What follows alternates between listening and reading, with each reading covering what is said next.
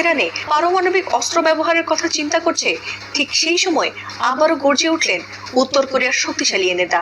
আর এরপরে ট্রাম্পকে শিক্ষা দিতে সরাসরি আমেরিকায় আঘাত হানতে সক্ষম এমন আন্তঃমহাদেশীয় ক্ষেপণাস্ত্র ছুড়লেন কিম জং উন। কোনো মুসলিম দেশ ইরানের পাশে এসে না দাঁড়ালেও এই যুদ্ধের শুরু থেকে কিম ঠিকই ইরানের পক্ষে তার অবস্থান জানিয়ে দেন।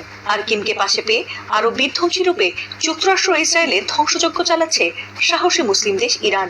তবে এই যুদ্ধে ইরানের সাথে ট্রাম্প কোনোভাবেই কুলিয়ে উঠতে না পেরে পারমাণবিক অস্ত্র যখন ব্যবহারের ষড়যন্ত্র চালাচ্ছে, এমনকি স্থল অভিযানের কথাও জানিয়েছে তারা। আর ঠিক সেই কারণেই বন্ধু দেশ ইরানকে রক্ষায় আবারও নতুন করে গর্জে উঠেছেন কিম জং উন।